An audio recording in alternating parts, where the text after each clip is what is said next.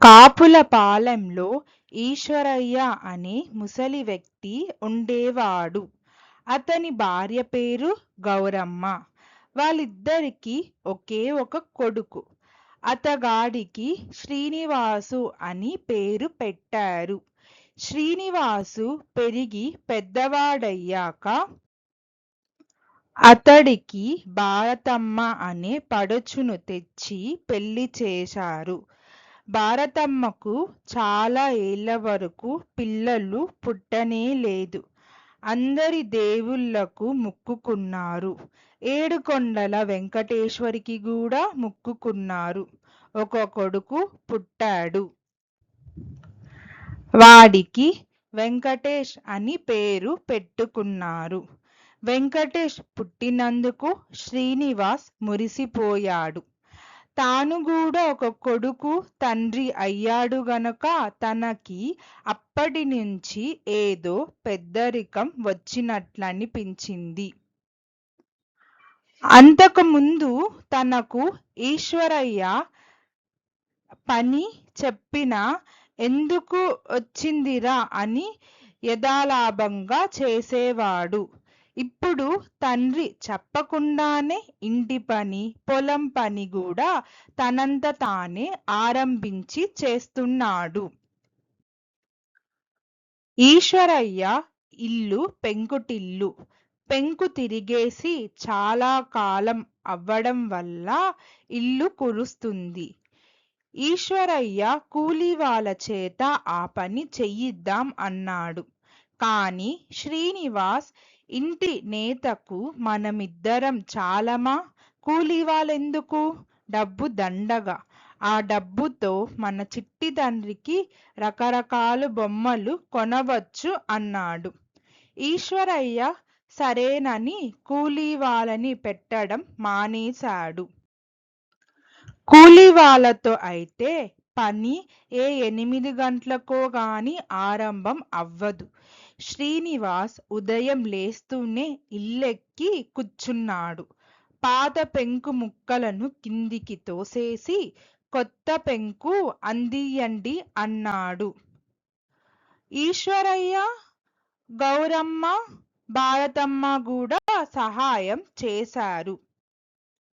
10 గంటలయ్యేటప్పటికి cup మీద పెంకు ఎక్కించడం అయిపోయింది. ఈశ్వరయ్య కాపు ఆయాసం తీర్చుకోవడానికి ఒక చోట కూర్చున్నాడు. గౌరమ్మ గంజి కాచడానికి వెళ్ళింది. చిట్టి వెంకటేష్ ఏడుస్తుంటే కప్పు మీద ఉన్న శ్రీనివాస్ పిల్లాడేడుస్తున్నాడు తీయవే అని కేకేసి భారతమ్మను పంపేసి తానొక్కడు పెంకు పేరుస్తున్నాడు. 11 గంటలయ్యింది. చద్దికూడు తినకుండా ఇల్లెక్కావు, కాసన్ని మెతుకులు తిందుగాని దిగు అంది గౌరమ్మ. కాని శ్రీనివాస్ దిగలేదు. ఈ కాసింత మేర వేసి దిగుతానులే అన్నాడు. 12 గంటలయ్యింది. సూర్యుడు నడినెత్తి మీదకొచ్చాడు. అది మండు వేసవి కాలం. ఈశ్వరయ్య తిండి తినొచ్చుగా, దిగురా నాయనా, చల్లబడ్డాక చూసుకుందాం అన్నాడు. శ్రీనివాస్ ఈ కాస్త మేరికి మళ్ళీ ఎక్కడమా, పూర్తి చేసి దిగుతాను అన్నాడు.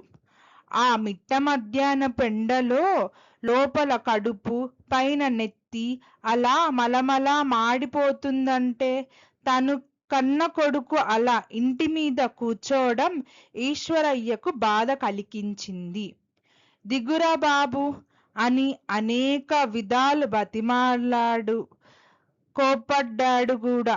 అయితేనేమి, శ్రీనివాస్ మాత్రం దిగనే లేదు. తండ్రి పదే పదే చెప్పడం చూసి కుర్రకుంకకు చెప్పినట్టు చెప్తావేమిటి, పై పడుకో అని చిరాకు పడ్డాడు. ఈశ్వరయ్య మనసు ఎలా ఒప్పుతుంది, కునుకెలా పడుతుంది? కన్న కొడుకు కష్టపడుతున్నాడు, మరి ఏం చెయ్యమంటావ్ అని ఆలోచిస్తూ ఉండగా ఎదురుండగా మనవడు మట్టి పెళ్ళలు పెలిగిస్తూ కనపడ్డాడు. వాణ్ణి చూసేటప్పటికి ఈశ్వరయ్యకు ఏదో ఆలోచన తట్టింది. కూర్చున్నవాడు గబుక్కున లేచి పిల్లవాణ్ణి ఎత్తుకొని ఇంటి ముందుకు పరిగెత్తుకెళ్ళాడు. ఇంటి మీదున్న శ్రీనివాసుకు కనబడేటట్లుగా ఎదురుగా ఎండలో ఆ పిల్లవాడిని వదిలేశాడు. శ్రీనివాస్, అదేమిటి, పిల్లవాణ్ణి ఎండలో వదిలేశారు, లోపలికి తీసుకెళ్ళండి అని ఇంటి మీద నుంచి అరిచాడు. ఈశ్వరయ్య అక్కడుంటేగా ఇంట్లోకెళ్ళి కూర్చున్నాడు. ఏమిట్రా వినపట్టం లేదు, పసివాణ్ణి అటు నీడలోకి తీసుకెళ్ళండి అని మళ్ళీ అరిచాడు శ్రీనివాస్. చిట్టి వెంకటేష్ ఎండకు తట్టుకోలేక ఏడవడం మొదలెట్టాడు కూడాను. శ్రీనివాస్ కేకకి గౌరమ్మ, భారతమ్మ ఇంటిలో నుంచి బయటికి వచ్చి తంటలోపు శ్రీనివాస్ నిచ్చెన నుంచి చరాచర నాగుబాముల కిందికి దిగొచ్చి పసివాణ్ణి తీసుకొని ఇంట్లోకి వస్తూనే తల్లితో, అయ్యకి మతిగాని పోయిందా ఏమిటి, పిల్లవాణ్ణి అలా ఎండలో వదిలేసి ఏడిపించాడేమి అన్నాడు. ఎండలో ఉంటేనేం అన్నాడు ఈశ్వరయ్య. ప్రాణం సొల్లసిల్లిపోదా అన్నాడు శ్రీనివాస్. నీకు అలా అనిపిస్తుందారా నాయనా, నువ్వు ఇంటి మీద ఎండలో కూర్చున్నంతసేపు నువ్వెక్కడ సొమ్మసిల్లి పడిపోతావో అని నాకు అనిపించింది. అయితేనేం, ఎంత బతిమాలినా దిగావా, నా బాధ నీకు తెలిసొచ్చిందా?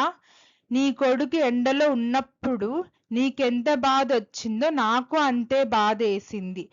ఎవరు కన్న కడుపు బాధ వాళ్ళకే గాని తెలియదు అన్నాడు ఈశ్వరయ్య. ఆ మాటలు విని శ్రీనివాస్ తన మీద తన తండ్రికున్న ఆపేక్ష అర్థమయ్యింది.